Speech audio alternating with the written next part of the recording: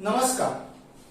श्रीमंत महाराष्ट्राची उद्योग यात्रा प्रस्तुत अर्थसंवाद या कार्यक्रमामध्ये मी तुमचा मित्र उद्योजक आणि होस्ट राहुल मळगावकर सहर्ष स्वागत करतो.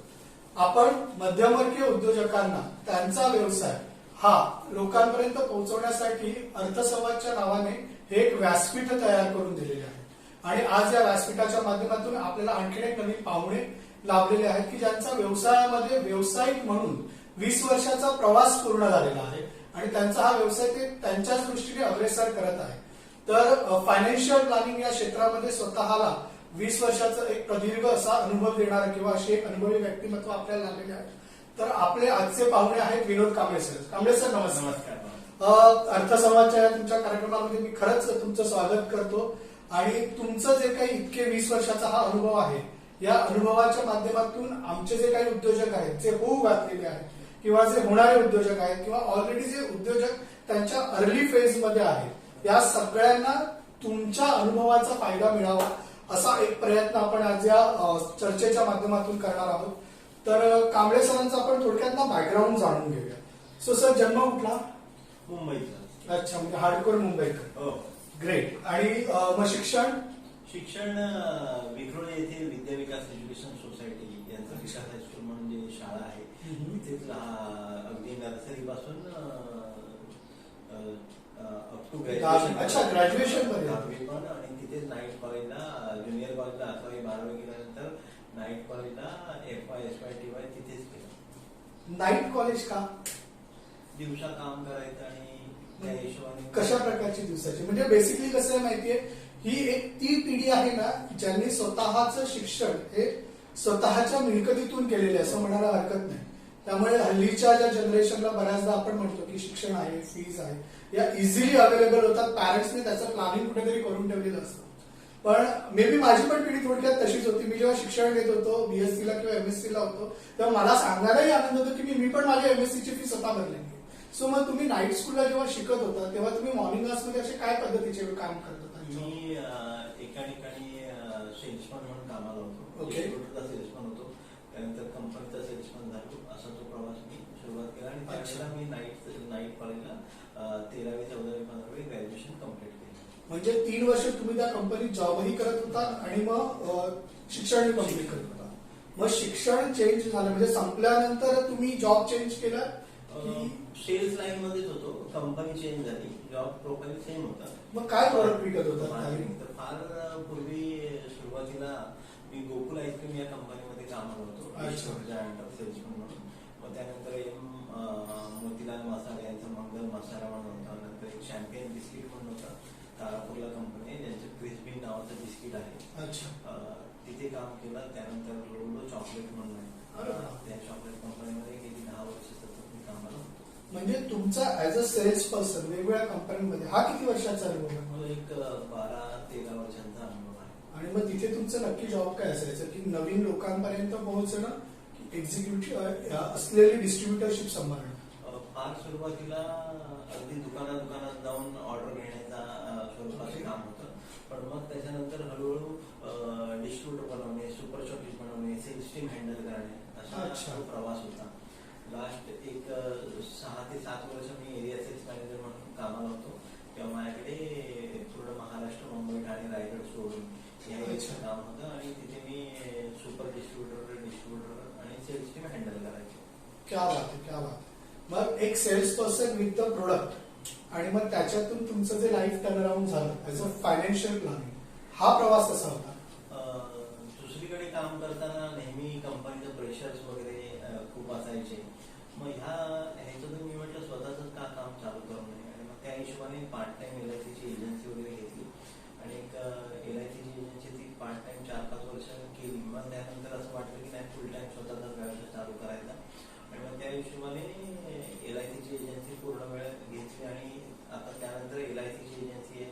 त्यानंतर जनरल इन्शुरन्स मध्ये आम्ही पूर्ण mediclaim, building insurance, workman compensation policy, कंपन्यांचा इन्शुरन्स, फायर इन्शुरन्स आणि MPचा आता MP सर्टिफाईड फायनान्शियल ऍडवायझर मी MPचं लायसन्स घेतलेलं आहे. MP म्हणजे काय? Mutual fund association mutual fund India यांचं हे म्युच्युअल फंड विकण्यासाठीचं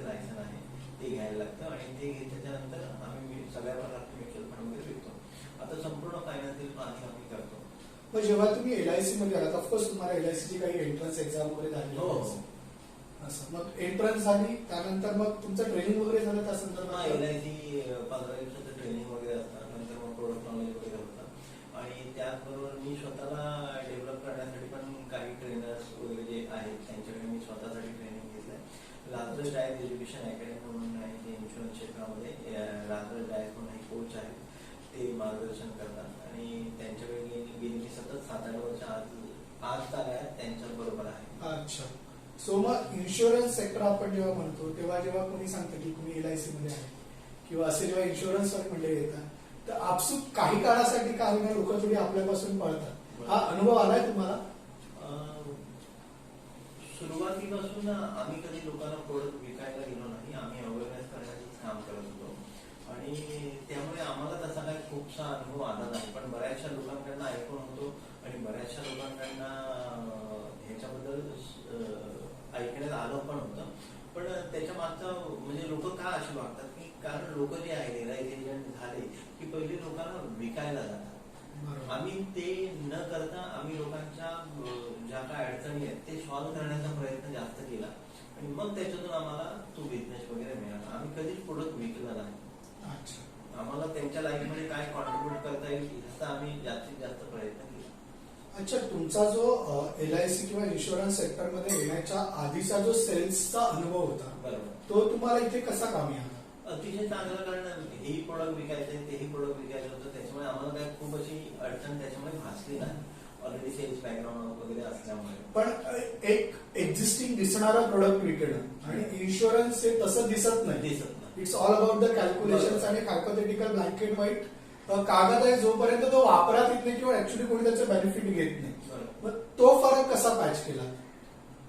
तो आमचा आतापर्यंत सेलचा अनुभव, त्याच्यानंतर मला जे आमच्या अत्यंत मार्गदर्शन आमचे डेव्हलपमेंट ऑफिसर आहेत PS परब म्हणून, त्यांनी LICच्या काही गोष्टी समजवल्या, त्यांनी सर्व्हिसिंगच्या मार्फत काही कामं आम्हाला दिली, त्याच्यामुळे आम्हाला त्याचा तो फायदा झाला आणि अर्थातच ट्रेनिंग लादलं सरांचं असल्यामुळे आम्हाला एवढी काही अडचण त्याच्यामुळे आली नाही विकताना. आणि मी स्वतः सेल्स मध्ये असल्यामुळे मला इश्यू नाही झाला.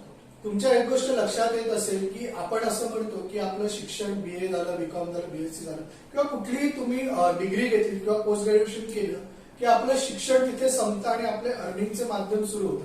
तर खरं बघायला गेलं ना तर असं कधी होत नाही. तुम्ही कुठल्याही क्षेत्रामध्ये नोकरी करा, व्यवसाय करा, पण त्या क्षेत्राशी संदर्भामध्ये कुठेतरी जाऊन तुम्हाला अलाइड एज्युकेशन हे घेणं तितकंच महत्वाचं. म्हणजे विनोद सरांनी आपल्या 2-3 मिनिटात मेन्शन केलं की त्यांचे एक ट्रेनर आहे की जे फक्त आणि फक्त इन्शुरन्स सेक्टर मधले प्रोडक्ट कसे विकायचे आणि कशा पद्धतीने ते ग्राहकांपर्यंत पोहोचायचं त्याचं व्यवस्थित ट्रेनिंग ते घेत होते आणि ते आजही घेत आहेत. त्यामुळे शिकणं हे त्यांनी आजही सोडलेलं नाही, रादर कोणी सोडू पण नाही. तुमचं नॉलेज हे डे टू डे अपग्रेडच होत जातं. बरं, मग जेव्हा तुम्ही इन्शुरन्स LIC मध्ये प्युअरली तुम्ही पूर्ण वेळ किती वर्ष होता? म्हणजे आजही आहात, पण पूर्ण LIC हा फोकस तुम्ही किती वर्ष केली? 15 वर्षापासून. 15 वर्ष आम्ही फुल टाइम हे काम करतो. मग त्याच्यानंतर आता म्युच्युअल फंड मध्ये कसं काय डायव्हर्सिफिकेशन? लोकांना हे प्रोडक्ट गरजेचं आहे, लोकांना लागतं शॉर्ट टर्म काही इन्व्हेस्टमेंट वगैरे त्याच्यासाठी, आणि मग त्या हिशोबाने हे बाजारात अवेलेबल आहे. मग आमची प्रोडक्ट ते दुसऱ्याकडनं घेतात, मग त्यामुळे आम्ही ते प्रोडक्ट त्याच्या एक्झाम वगैरे घेऊन ते आमच्या किटीमध्ये आणतात. सोबत जनरल इन्शुरन्स मध्ये पण सेम कॅटेगरी आहे, लाईफ बरोबर तुम्हाला मेडिक्लेम वगैरे आहे, मेडिकल आहे, तुमचं टू व्हीलर आहे, त्याच्यामुळे तेही आम्ही लायसन्स त्याचं घेतलं. अच्छा. सो ओव्हरऑल आता इन्शुरन्स किंवा फायनान्शियल प्लॅनिंग हे सगळं तुम्ही आता एक अमरेला खाली आणायचं काम केलं की एका छताखाली तुम्हाला सर्व प्रकारचे प्रोडक्ट मिळून जातात. मग जेव्हा तुमचा आता हा 15 ते 20 वर्षाचा पूर्ण इन्शुरन्स मधला प्रवास होतोय, तुम्ही किती इन्शुरन्स किंवा फायनान्शियल ऍडवायझर तयार केले? तुम्ही किती जणांना या क्षेत्रामध्ये घेऊन आला? बऱ्यापैकी माझ्या बरोबर सेल्सला जी 2 मंडळी होती जी माझ्या बरोबर होती, त्या लोकांना मी आवर्जून सांगितलं होतं की तुम्ही आज ते ह्या लाईनीमध्ये येऊन व्यवस्थित चांगल्या प्रकारे बिझनेस वगैरे करताय.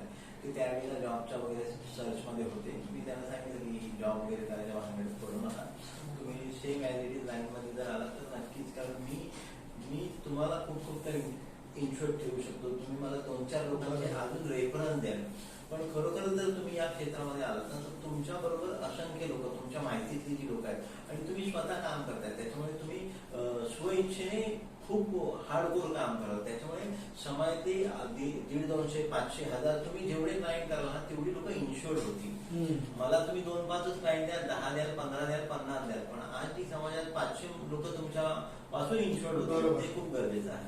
ते फक्त एक फळ लागू नये, त्या फळाची आणखी फळं झाली पाहिजे, त्याची झाडं वाढली पाहिजे, बरोबर. ते वन तयार झालं पाहिजे, ते वटवृक्षापासून. पण चांगला कन्सेप्ट आहे बेसिकली. मग आताची जी नवीन पिढी आहे, जी जस्ट BA झाली आहे, BCom झाली किंवा शिक्षण घेते आहे, कारण का मलाही माहिती आहे की इन्शुरन्स सेक्टरमध्ये एकदा तुमचं 18 वर्ष पूर्ण झालं आणि तुम्ही ती एक्झाम क्वालिफाय केली तर तुम्ही ऑफिशियली इन्शुरन्स सेक्टरमध्ये काम करू शकता. मग असे कुठले विद्यार्थी खरंच याबद्दलचं मार्गदर्शन द्यायला कधी येतात का? आतापर्यंत तरी कोणी आलेलं नाहीये तसं, पण मी स्वतःहून लोकांना सांगतो की बाबा तुम्ही ग्रॅज्युएशन झाल्यानंतर फायनान्शियल प्लॅनिंग किंवा बँकिंग आणि इन्शुरन्स हा जो सब्जेक्ट वगैरे आहे तर त्याच्यामध्ये तुम्ही ऑटोमॅटिक त्याच्यामध्ये रस घ्या आणि त्याच्यामध्ये शिका. खूप झाला आहे, कारण दिवसेंदिवस लोकसंख्या वाढणार आहे. आताची जी लोकसंख्या आहे ह्याला जवळजवळ इंडियामध्ये 14 ते 15 लाख इन्शुरन्स ऍडवायझर असतील. MP रजिस्टर आमचे डिस्ट्रीब्युटर हार्डली 1 ते 2 लाख असतील पॉप्युलेशनच्या समोर. साधारण 1,35,00,000च्या आसपास आपण आपली जनगणना संपूर्ण भारताची पकडतो. मला याच्यामध्ये आणखीन एक प्रश्न विचारायचा आहे की इन्शुरन्स सेक्टर म्हटलं की हा पूर्ण अवेअरनेस किंवा याची माहिती असणारी लोकच आपल्यापर्यंत येतात. मग पहिल्यांदा कुठेतरी एक रिस्ट्रिक्शन होतं की शहराकडची मंडळी थोडंसं अवेअरनेस असल्यामुळे किंवा हाऊसिंग लोन घेऊन घरं घेतात म्हणून ते स्वतःला सिक्युअर करणारे काहीतरी इन्शुरन्स वगैरे काढतात. पण आता हा कल हळूहळू गावाकडे शिफ्ट व्हायला लागलाय का? हो हो. मग आता तुमचं जिओग्राफिकली काय एन्व्हायरमेंट आहे की कुठपर्यंत जाऊन तुम्ही याची ऍडवायझरी देता? आता ऑनलाईन काम सुरुवात झाल्यामुळे आम्ही कुठेही जिथे भारताच्या बाहेर पण ऑनलाईन आम्ही म्हणजे मेल ऑर्डर बिझनेस आम्ही USA मधून पण मागवतोय. अच्छा. तोही होतो. आता all over world market open आहे, त्याच्यामुळे आम्ही सगळीकडून आता बिझनेस वगैरे करतो. पूर्वी रिस्ट्रिक्शन होतं, परत जायला लागायचं, पण आता तसं काहीच झालेलं नाही. किती फरक पडला ही 10 वर्ष जी सध्याची व्यवसाय करणं आणि जेव्हा तुम्ही सुरू केली ती पहिली 10 वर्ष, त्याच्यामध्ये ऍज अ बिझनेस करणं किंवा आपण त्या व्यवसायाला एक व्यावसायिक म्हणून बघतो, किती फरक आलाय या 2 डिकेड्स मध्ये? दुपटीपेक्षाही जास्त आता ह्या कोविडच्या नंतर आमचा बिझनेस वाढलेला आहे. ड्यू टू अवेअरनेस खूप वाढला आणि ऑनलाईन सगळं जर ऑनलाईन झालं म्हणजे फिजिकल फॉर्म भरा. LIC मध्ये पण किंवा इतर कंपन्यांनी खूप आधीपासून चालू केलं होतं ऑनलाईन काम. तर त्याच्यामुळे आता सगळं ऑनलाईन बेस आहे. फिजिकल फॉर्म वगैरे भरणं ह्या गोष्टी सगळ्या संपलेल्या आहेत आणि जवळजवळ ऑनलाईन काम चालू आहे. आणि आता आम्ही कुठेही मुंबई, पुणे, कुठे झूम मीटिंगवर अगदी विदेशात पण कॉल करतो आणि त्याच्यातून आम्ही मेल ऑर्डर बिझनेस विदेशातून पण मागवतो. एखादं रॉ क्लायंट तुमच्याकडे आलं म्हणजे तो पहिल्यांदाच आलाय तर तुमची साधारण काय प्रोसिजर असते? तुम्ही कशा पद्धतीने त्यांच्याशी डिस्कशन करता? तुमचं काय कम्युनिकेशन त्यांच्याबरोबर प्लॉट होतं? आम्ही एक आमच्याकडे अर्ध्या तासाची एक व्हिडिओ क्लिप आहे. आमचं एक प्रेझेंटेशन आहे अर्ध्या तासाचं, ते आम्ही त्याच्यात देतो. त्याच्यामध्ये इन्व्हेस्टमेंट का करावी, लेट केल्याने काय त्याचे दुष्परिणाम होतील, भविष्यामध्ये पूर्वीचे व्याजाचे दर काय होते, आता इन्फ्लेशनचा दर काय, भविष्यात व्याजाचा दर काय असणार आहे, हे सगळं त्याला सांगितल्याच्या नंतर एक आमची डाटा शीट आहे ती आम्ही त्याला देतो भरण्यासाठी.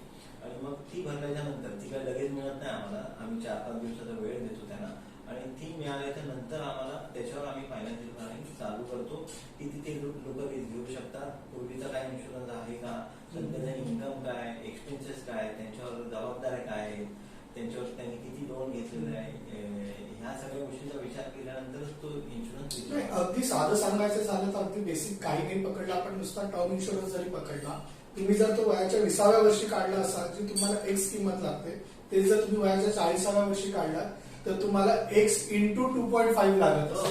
सो हाच तो अवेअरनेसचा भाग आहे की तुमचं वय काय आहे, येणाऱ्या कालावधीमध्ये किती पैसा तुम्हाला लागू शकतो आणि ते जे काही तुम्ही गुंतवणूक करताय त्याच्यातून खरंच तेवढं मासिक इन्कम जनरेट होतं का, या सगळ्याचं शास्त्रीय पद्धतीने जे काही आपण कॅल्क्युलेशन्स करतो ते मांडून अशा पद्धतीचं योग्य मार्गदर्शन आपल्याला इन्शुरन्स सेक्टरमध्ये आहेत, म्युच्युअल फंडमध्ये जी मंडळी आहेत किंवा काही लोक जे शेअर मार्केटमध्ये ट्रेडिंग करतात, म्हणजे पोर्टफोलिओ मॅनेजमेंट याला आपण थोडक्यात म्हणू शकतो की आपल्याकडे एक म्हण आहे की बाबा अंडी फुटू नयेत म्हणून एकाच ठिकाणी सगळी अंडी ठेवायची नाही, ती वेगवेगळ्या बास्केटमध्ये ठेवायची.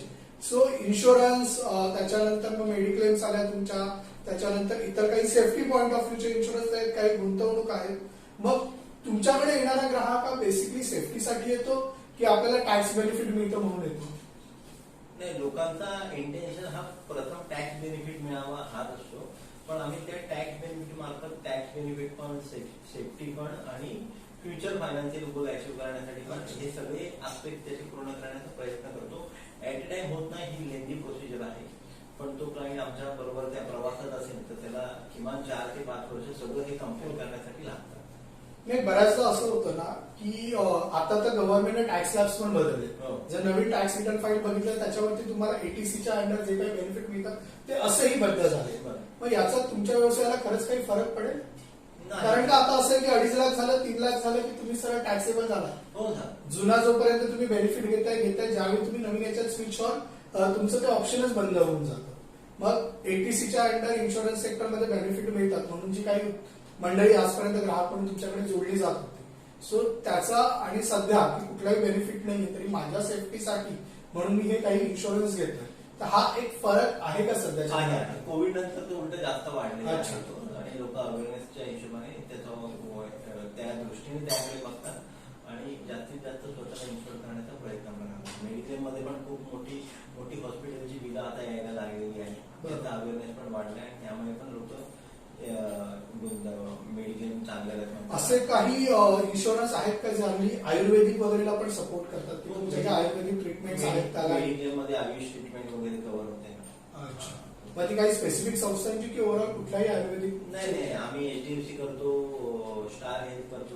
अच्छा, त्याच्यामध्ये आयुर्वेदिक ट्रीटमेंट आता कॉर्पोरेट व्हायला लागलो. सो पहिल्यांदा या होत नव्हत्या म्हणून मी हा प्रश्न घेतला. आता थोडंसं fun factor point of view विचारतो. सगळ्यात तरुण ग्राहक आजपर्यंत कुठला होता वयाने, की ज्याने वयाच्या खूप अर्ली स्टेजला तुमच्या बरोबर गुंतवणूक सुरू केली? अगदीच म्हणायचं झालं तर माझे 20 वर्षापूर्वीचे माझे पहिले ग्राहक जे आहेत विशाल घोडके म्हणून, आज ते सीए आहेत. ते सीए शिकत असताना माझ्याशी जोडले होते आणि ते आज सगळ्यात माझ्याशी जोडलेले आहेत. त्यावेळेला हल्ली त्यांचं वय 23-24 वगैरे असेल. अच्छा, म्हणजे वयाच्या 23व्या वर्षी त्यांनी पहिली पॉलिसी काढली. हो हो. अच्छा, आणि आताचं लेटेस्ट उदाहरण म्हणाल तर नुकतेच एक फूड ब्लॉगर म्हणून आहेत साईश म्हणून, त्यांनी आता त्यांच्याशी आमचं बोलणं चाललंय, लवकरात लवकर त्यांचे आमचं क्लोजिंग होईल. त्यांचं हार्डली वय आता 18 असेल. वा. सो ऍक्च्युली अर्ली स्टार्ट करणं खूप चांगलं असतं. जरा म्हणूनच मी हा प्रश्न विचारला की कुठल्या वेळी तुम्ही गुंतवणूक चालू केली पाहिजे. माझं म्हणणं असं आहे ना की तुमचं आपल्याकडे एक संस्कार आहेत की आपल्याकडे पहिला चेक इन्कमचा आला की आपण आई वडिलांना देतो, त्यांचे काही ड्रीम्स असतील ते फुलफिल करणं किंवा त्याचे हे कल्चर आहे आपलं बेसिकली. आणि सगळ्या जगामध्ये आपण कुठेतरी एक कल्चर या संस्कारांमुळे जिंकतो की काही होऊ दे जग इकडचं तिकडे, पहिली इन्कम ही पॅरेंट्सना आजही दिली जाते. त्याच्यामध्ये भारताला तोड नाही आणि ही आपली संस्कृती आहे. पण त्याच्यानंतर येणारी पुढची इन्कम ही तुम्हाला कुठेतरी गुंतवणूक करण्यासाठी म्हणून वापरायला जर सुरुवात केली तर दॅट्स द बेस्ट. हे पर्सनली मी मानतो. म्हणजे माझा पहिला ग्राहक झाला आणि त्याच्यानंतर मी पहिलं काम केलं असेल तर माझी पहिली एलआयसीची मी पॉलिसी काढलेली वयाच्या हल्ली 21व्या वर्षी. सो अर्ली स्टार्ट करा. तुमचं सॅलरी चालू झालं की इन्व्हेस्टमेंट चालू करा. मी ऍज अ इंडिव्हिज्युअल म्हणून तुम्हाला सजेस्ट करेन. बरं, सगळ्यात जे पोर्टफोलिओ तुम्ही मॅनेज केले इन रिटर्न सगळ्यात जास्त फायदा झालेले असे कोणी आहेत का? बऱ्यापैकी म्युच्युअल फंडामध्ये आम्ही ज्या लोकांच्या गुंतवणुका वगैरे केलेल्या आहेत त्यांच्या पोर्टफोलिओमध्ये 18 ते 20% रिटर्न कंपाऊंडिंग वार्षिक मिळालेले आहे. असे बरेचसे ग्राहक. 18 ते 20% म्हणजे जर तुम्ही 1 लाख गुंतवले असतील तर साधारण वर्षभरामध्ये तुम्हाला 18,000 ते 20,000 रुपये मिळतात. मग ते विड्रॉ करणं नाही करणं हे कम्प्लिटली तुमच्या हातात असतं. बरेचशी लोक ते रिइन्व्हेस्ट करून कंटिन्यू करतात. एसआयपी मध्ये 15% रिटर्न म्हणजे 5 वर्षात तुमचे पैसे दुप्पट होतात. 18 ते 20% रिटर्न म्हणजे आमच्या एका पोर्टफोलिओमध्ये 5 लाख रुपये ज्यांनी गुंतवलेले आहेत 5 वर्षापूर्वी त्यांचे जवळजवळ आता 12 ते 13 लाख रुपये झालेले आहेत. आणि 2013 साली ज्यांनी 1 लाख रुपये गुंतवलेले आहेत त्यांचे आज आमच्या पोर्टफोलिओमध्ये 8 लाख रुपये झाले. 9 वर्षामध्ये 8 पट पैसे. याच रेफरन्सने तुम्हाला एक स्पेसिफिक प्रश्न विचारतो. हल्लीची बरीचशी पॅरेंट्स मंडळी यांची इच्छा असते की मला माझ्या मुलांना ओव्हरसीजला एज्युकेशनला पाठवायचं. आज साधारणपणे ग्रॅज्युएशन झालं, पोस्ट ग्रॅज्युएशन झालं आणि कुठल्याही देशामध्ये तुम्ही व्हिसा प्रोसेस करा, तिकडचं डिग्री आणि पोस्ट ग्रॅज्युएशन म्हणजे पीएचडी पर्यंतचं शिक्षण काही घ्यायचं असेल किंवा पर्टिक्युलर काही कोर्सेस करायचे तर सहज 30 ते 40 लाखाची त्यांची गुंतवणूक तयार होते. काही ठिकाणी तर तुम्हाला अकाउंटमध्ये 25-30 लाख रुपये ठेवायला लागतात हे दाखवण्यासाठी की मी फायनान्शियली पोटेन्शियल आहे माझं, की मी माझ्या मुलाला बाहेरच्या देशामध्ये किंवा तुमच्या देशामध्ये शिकायला पाठवू शकतो.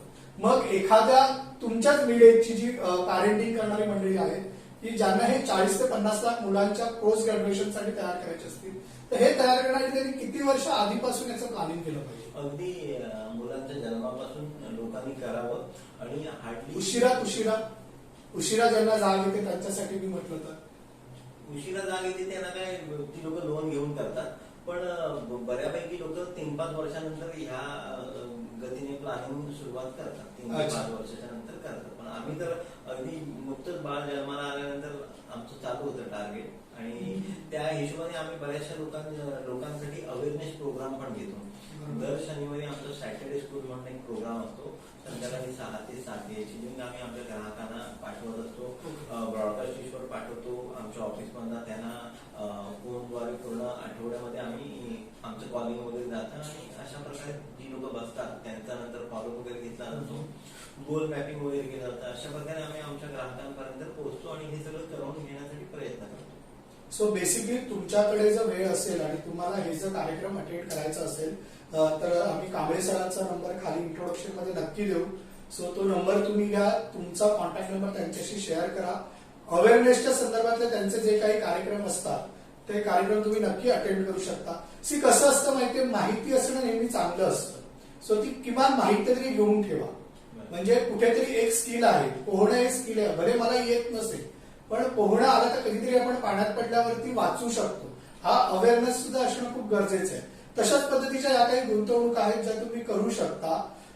त्यानंतर रिटायरमेंटच्या अनुषंगाने कुठल्या वयात लोकांनी सुरुवात केली पाहिजे आणि काय साधारण गुंतवणूक केल्यावरती तुम्ही काय रिटायरमेंटचं कॅल्क्युलेशन करता? कारण का हल्ली गव्हर्नमेंट जॉब करणारे मंडळी फार कमी राहिले की ज्यांना पेन्शन हे ऑप्शन आहे. तर इंडिव्हिज्युअल जॉब करणारे आहेत किंवा मग ते कॉन्ट्रॅक्ट बेसिस असतं. गव्हर्नमेंटने पेन्शन योजना ही जवळजवळ बंद केलेली आहे आणि प्रत्येक माणूस हा रिटायर होणार आहे, मग तो व्यावसायिक असो किंवा नोकरदार असो. नोकरदाराला फक्त 58 किंवा 60 ला रिटायर होईल, पण व्यावसायिक असेल तो 55 ला पण रिटायर होईल, तो 65 ला पण रिटायर होईल, त्याची इच्छा आहे. पण प्रत्येक माणसाला आज जी महागाई 8% वगैरे जी काय वाढते, तो आजचा जो 25,000 रुपये खर्च आहे एखाद्या 40 वर्षाच्या व्यक्तीचा, तर तो कालांतराने नक्कीच ऍट द एज ऑफ 60 त्याच्या 1-1.5 लाख हो इझिली होऊ शकतो. आणि मग ते पैसे रेग्युलरली त्याला मिळण्यासाठी तो जिथपर्यंत जगणार तिथपर्यंत. आणि आता लाईफ एक्सपेक्टन्सी एवढी वाढलेली आहे की आता डॉक्टर लोक तुम्हाला मेडिसिन देऊन तुम्ही जगणार आहात, बरोबर आहे. त्याच्यामुळे लॉंगेटिव्हिटी वाढलेली आहे. तुम्ही 80-85 पर्यंत हे प्लॅन करायला पाहिजे तुमच्या 80-85 पर्यंत. म्हणजे 60 पासून 85 पर्यंत 25 वर्ष काम न करता जगण्यासाठी तुम्हाला 3 ते 4 कोटी रुपये तुमच्याकडे ऍट द एज ऑफ 60 ला असायला पाहिजे. आणि हे जर 3 ते 4 कोटी रुपये जर तुम्हाला लागणार असतील तर तुम्हाला वयाच्या 40 वर्षापासून बरेचसे प्रोडक्ट आहेत. त्याच्यामध्ये इक्विटी आहे, डेट आहे, अशा वेगवेगळ्या प्रोडक्टपासून आम्ही बास्केट बनवून देतो आणि त्यानुसार 20 ते 25,000 रुपये त्यांना दरमहा इन्व्हेस्ट करणं गरजेचं आहे. त्यावर ही ड्रीम त्यांची फुलफिल होते. म्हणजे जेवढं महिन्याला तुम्ही खर्च करता तेवढंच तुम्ही जर सेव्ह केलं तर साधारण 15 ते 20 वर्षामध्ये तुम्ही एवढी अमाऊंट स्वतःकडे तयार करून ठेवू शकता की तुमचं 60 ते 80 वर्ष, एक एव्हरेज एज आपण बघूया 80 वर्ष, हे पुढचं 20 वर्षाचं लाईफ तुम्ही फायनान्शियली इंडिपेंडेंट राहून जगू शकता. मग कधी कॉलेजेसमध्ये जाऊन कुणाला अवेअरनेसचे कार्यक्रम वगैरे करणं असं कधी झालंय? कॉलेजेसमध्ये आम्ही कॉलेज क्लिनिकल जो स्टाफ वगैरे असतो ना, तिथे जाऊन आम्ही अवेअरनेस वगैरे करतो. कॉलेजचे टीचर्स आहेत, कॉलेजचे स्टाफ आहेत, तर त्यांच्या कॅन्टीन मध्ये वगैरे जाऊन, स्टाफ रूम मध्ये वगैरे जाऊन आम्ही हे अवेअरनेसचे प्रोग्राम वगैरे करतो. बऱ्याचशा ठिकाणी आता मी काही गेल्या 9 वर्षापासून सॅटर्डे ऑफ ग्लोबल ट्रस्ट या संस्थेशी जोडलो आहे. तर तिथे बरेचसे व्यावसायिक मित्र आम्हाला भेटलेले आहेत. तर तोही एक चांगला प्लॅटफॉर्म आहे जिथे आम्ही सगळे दर 15 दिवसातून एकदा व्यावसायिक भेटतो. तर तिथेही आम्हाला ही संधी मिळते त्यांच्याशी इंटरॅक्शन व्हायची. त्यानंतर वर्षातून एकदा आम्ही तिथे 10 मिनिटाचं प्रेझेंटेशन वगैरे देऊ शकतो आणि तिथे सगळे व्यावसायिक भेटतात. तर तिथे आपल्याला एक चांगला म्हणजे जवळजवळ आताचा जो माझा बिझनेस आहे त्याच्यामध्ये 30 ते 40% बिझनेस हा मला सॅटर्डे क्लब मधूनच येतो. सॅटर्डे क्लब बद्दल थोडंसं सांगायचं झालं ना तर उद्योजकांसाठी बनलेली एक संस्था आहे. तुम्ही नवीन व्यावसायिक आहात, जुने व्यावसायिक आहात, तुम्हाला सगळ्यांना प्रत्येकाला लागतो तो ग्राहक. आणि ग्राहक हा कुठे तिसरी व्यक्ती नसते, ही आपल्या आजूबाजूलाच असते. म्हणजे आज हा इंटरव्ह्यू बघताना बघणारे ग्राहकही असू शकतात किंवा व्यावसायिक असू शकतात. तुम्ही कुठेतरी जेबीसाठी पण येऊ शकता किंवा तुम्ही एखादं प्रोडक्ट विकत घेण्याचाही विचार करू शकता. पण या ग्राहकांपर्यंत उद्योजकांच्याच माध्यमातून आणि त्यांच्याच कॉन्टॅक्टच्या माध्यमातून पोहोचणं सहज शक्य होतं. आज नाही म्हटलं तरी साधारण 3 ते 3,500 मेंबर्सची संपूर्ण महाराष्ट्रामध्ये पोहोचलेली ही संस्था आहे. तर त्याच्याबद्दल पण तुम्हाला काही माहिती असते तुम्ही मला विचारू शकता, विनोद सरांना विचारू शकता. सो अशा संस्थेशी जर तुम्ही उद्योजक असाल तर नेहमी संलग्न व्हा. बघा कसं असतं माहिती आहे, जेव्हा आपण नोकरी करतो ना तर नोकरीमध्ये आपल्याबरोबर एक 50 जणांचा स्टाफ असतो, जो ज्याला आपण म्हणतो की आपले सहचार्य हे आहेत, एका बोटीने प्रवास करणार नाही. पण उद्योजकांना बऱ्याचदा इंडिपेंडेंट असतो, मग तो एकटा पडतो. मग त्याला कुठेतरी व्यावसायिक कुटुंबाची जी साथ लागते ना ती अशा प्रकारच्या एक व्यावसायिक व्यासपीठातून मागते. आणि असे खूप अनुभव आहेत, अशा प्रकारच्या खूप साऱ्या संस्था आहेत ज्यांच्याशी तुम्ही संलग्न होऊ शकता आणि त्या प्रवाहामध्ये तुम्ही स्वतःची ग्रोथ करू शकता. मला याच्याच संदर्भात आणखीन एक प्रश्न विचारायचा होता तुम्हाला की सॅटर्डे क्लब मध्ये नवीन वर्ष तुम्ही आता काम करताय, मग तुम्ही विक्रमीमध्ये त्या संदर्भातल्या काही ऍक्टिव्हिटीज किंवा तिकडची काही पदं वगैरे कधी घेतली आहेत? सॅटर्डे क्लबचा आता मी जो पवई चॅप्टर आहे त्याचा मी सेक्रेटरी आहे. याच्या आधी मुलुंड चॅप्टरला मी होतो, मुलुंडचा मी ट्रेझरर पण होतो 2 वर्ष. आता नुकतंच मी पवईचं सेक्रेटरी पद माझ्याकडे आलेलं आहे. अच्छा, म्हणजे पवई चॅप्टरचं जे काही हँडलिंग असतं तिकडचं जे काही 3 तास किंवा 2 तासाचे ज्या काही मीटिंग कंडक्ट होतात आणि त्याच्या मागचं सुद्धा बॅकग्राऊंडला बरंच काही काम चालतं ते तुम्ही तिथे सध्या सांभाळताय. मग या सगळ्या गोष्टीचा तुम्हाला व्यावसायिक म्हणून कसा उपयोग होतो? बऱ्यापैकी सगळे व्यावसायिक मित्र तिथे भेटतात. सर्वात महत्वाचं सॅटर्डे क्लबमधून मी हे शिकलो की दर 15 दिवसांनी व्यावसायिक उद्योजक हे सकाळी 7:30 वाजता तुम्हाला जगाच्या पाठीवर कुठेच भेटणार आहे, ते फक्त सॅटर्डे क्लबमध्ये भेटतील. आणि स्पेसिफिकली मराठी उद्योजक खूप मोठा क्राऊड आहे मराठी उद्योजकांना तिथे प्रवाहामध्ये एकत्र आणण्याचं काम त्यांनी केलेलं आहे. सो त्याच्या संदर्भात सुद्धा तुम्हाला काही माहिती लागली तर तुम्ही विनोद सरांना नक्की पवई भागातले जे कोणी उद्योजक आहे किंवा ज्यांना असं वाटतं की माझा उद्योग मला पवई भागामध्ये वाढवायचा आहे, नाही पण एक ठीक आहे आपण सुरुवातीला पवई म्हणू, कारण की तिथून सुरुवात करा म्हणजे महाराष्ट्र आपलंच आहे. मी मगाशी तुम्हाला एक प्रश्न विचारला, त्याच्या ओघाने एक प्रश्न राहून गेलेला की रुरल महाराष्ट्रामध्ये किंवा आपण म्हणतो ना गाव खेड्याकडे हळूहळू या इन्शुरन्स सेक्टरचा अवेअरनेस व्हायला लागला. तर असा कोणी तुमचा ग्राहक आहे का की जो संपूर्ण गाव खेड्यातला आहे पण तो तुमचा आज ग्राहक आहे? अगदी नेटिव्ह प्लेस मध्ये कुठेतरी गाव खेड्यातून आलेली व्यक्ती आहे आणि जी तुमची इन्शुरन्स किंवा इन्व्हेस्टमेंट मध्ये ग्राहक आहे? बऱ्यापैकी चिपळूणमध्ये गुहागर तालुक्यामध्ये माझं गाव आहे. चिपळूणचे जे आमदार आहेत शेखर गोविंदराव निकम ते आमचे ग्राहक आहेत आणि ते आज आमदार जरी असले तरी गेल्या 10 ते 15 वर्षापासून पूर्वीपासून त्यांची पॉलिसी आमच्याकडे आहे. अच्छा, ते आहेत. असंख्य चिपळूण तालुक्यामध्ये पण काही ग्राहक आहेत जे आमची सेवा गेली 10 ते 12 वर्ष घेत आहेत. तर असे बऱ्यापैकी ग्राहक आहेत. पुण्याला काही ग्राहक आहेत. फार पूर्वी मी मार्केटिंग मध्ये असल्यामुळे माझं जे नेटवर्क होतं मार्केटिंग मध्ये शॉपकीपर्स होते, जे वेंडर्स होते, तेही काही चांगले डिस्ट्रीब्युटर वगैरे आहेत, तेही आज आमची सेवा घेत आहेत, तेही आज आमचे ग्राहक. सो नवीन उद्योजकांना जर या व्यवसाय द्यायचा असेल किंवा जी तरुण पिढी आहे की ज्यांना अवेअरनेस प्रॉपर नाहीये किंवा यांच्याकडे इन्शुरन्स किंवा फायनान्शियल प्लॅनिंग या सेगमेंटकडे बघण्याचा दृष्टिकोन कुठेतरी चुकीच्या लोकांकडनं चुकीची माहिती दिल्यामुळे जर बिघडला जात असेल तर त्या मंडळींना तुम्ही काय सांगाल? आज आमच्या सेक्टरची खरोखर खूप गरज आहे. भारतातल्या 135 कोटी जनतेला रेग्युलर पॉप्युलेशन वाढतं आणि प्रत्येक व्यक्तीला, प्रत्येक माणूस हा प्रत्येकाच्या व्यवसायामध्ये, प्रत्येकाच्या ह्याच्यामध्ये बिझी आहे. तर त्याला त्याचं फायनान्शियल मेस जो आहे ना तो व्यवस्थित चांगल्या करून देणारी माणसं बरीचशी हवी आहेत. त्याच्यामुळे ह्या क्षेत्रामध्ये अजूनही खूप चांगला स्कोप आहे. तर नवीन तरुण पिढीला मी हे सांगेन की तुम्ही ह्या सेक्टरमध्ये जरूर यावं आणि खूप बिझनेस आहे आणि खूप आजच्या घडीला ती लोक प्रगती करू शकतील. मुळात सांगायचं झालं तर इन्शुरन्स सेक्टर किंवा फायनान्शियल प्लॅनिंग ही जी गोष्ट आहे ना, कुठल्याही प्रकारची गुंतवणूक न करता जर तुम्हाला व्यवसाय सुरू करायचा असेल किंवा तुमच्याकडे कुठल्याही प्रकारची आर्थिक ताकद नाहीये व्यवसाय सुरू करायला, तर अशा उद्योजकांनी आवर्जून याचा विचार करावा, पहिली गोष्ट. दुसरी गोष्ट, आपण काही चुकीचं करत नाही आहोत, आपण लोकांना कुठेतरी फायनान्शियल स्टेबल आणि सिक्युरिटी देण्याचं काम करतो. सो हा हेतू जर तुमचा चांगला असेल आणि या हेतूने जर तुम्ही व्यवसाय करत असाल तर ही इंडस्ट्री खूप चांगली आहे. आणि जसं कांबळे सरांनी सांगितलं की प्रत्येक व्यवसायामध्ये ना एक सॅच्युरेशन असतं, पण ही अशी एक इंडस्ट्री आहे ना की याच्यामध्ये सॅच्युरेशन हा भाग कधीच नसणार.